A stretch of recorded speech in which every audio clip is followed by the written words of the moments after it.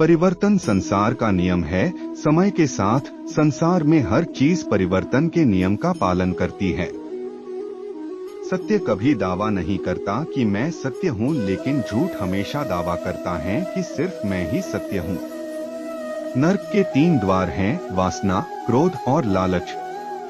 किसी का अच्छा ना कर सको तो बुरा भी मत करना, क्योंकि दुनिया कमजोर है लेकिन दुनिया बनाने वाला नहीं।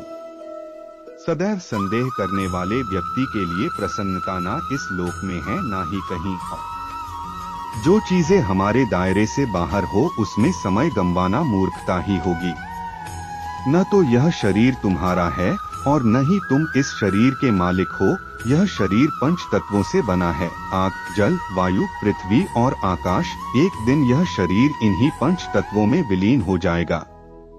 जिंदगी में हम कितने सही हैं और कितने गलत हैं, यह केवल 2 लोग जानते हैं, एक परमात्मा और दूसरी हमारी अंतरात्मा। परिवर्तन ही संसार का नियम है। एक पल में हम करोड़ों के मालिक हो जाते हैं और दूसरे पल ही हमें लगता है कि हमारे पास कुछ भी नहीं है। क्रोध से भ्रम पैदा होता है, भ्रम से बुद्धि व्यग्र होती है। जब बुद्धि व्यग्र होती है तब तर्क नष्ट हो जाता है।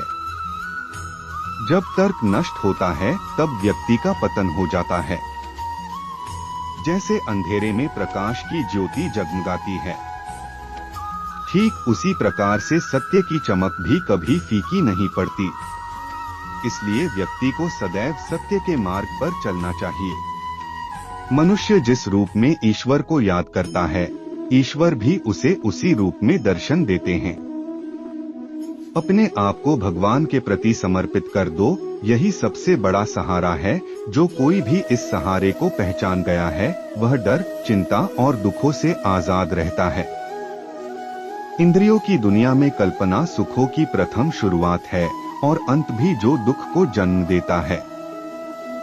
मन की गतिविधियों, होश, श्वास और भावनाओं के माध्यम से भगवान की शक्ति सदा तुम्हारे साथ है और लगातार तुम्हें बस एक साधन की तरह प्रयोग करके सभी कार्य कर रही है। बुरे कर्म करने वाले, सबसे नीच व्यक्ति जो राक्षसी प्रवृत्तियों से जुड़े हुए हैं और जिनकी बुद्धि माया ने हर ली है, वो मेरी पूजा या मुझे पाने का प्रयास नहीं करते। बुद्धिमान को अपनी चेतना को एकजुट करना चाहिए और फल के लिए इच्छा छोड़ देनी चाहिए। सज्जन व्यक्तियों को सदैव अच्छा व्यवहार करना चाहिए, क्योंकि इन्हीं के पद चिन्हों पर सामान्य व्यक्ति अपने रास्ते चुनता है।